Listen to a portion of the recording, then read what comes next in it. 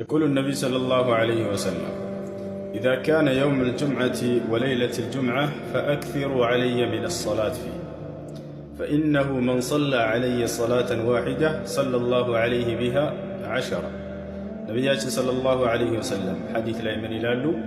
የጁምዓ ቀንና የጁምዓ ሌሊት በሚሆኑ ጊዜ በእኔ ላይ አብዝታችሁ ሶላዋትን አውርዱ። በእኔ ላይ አንዲትን ሶላዋት ላወረደ ሰው አላህ ሱብሓነሁ ወተዓላ ደግሞ በእርሱ ላይ 10 ሶላዋቶችን ያወርድለታል አሉ።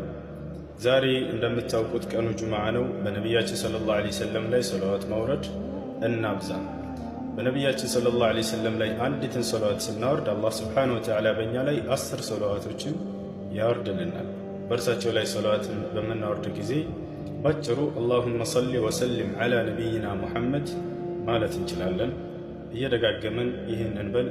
አላህ ይወፍቀን፣ አላህ ይቀበለን። ሰለላሁ ዐላ ነቢይና ሙሐመድ ወዐላ አሊሂ ወሰሕቢሂ ወሰለም።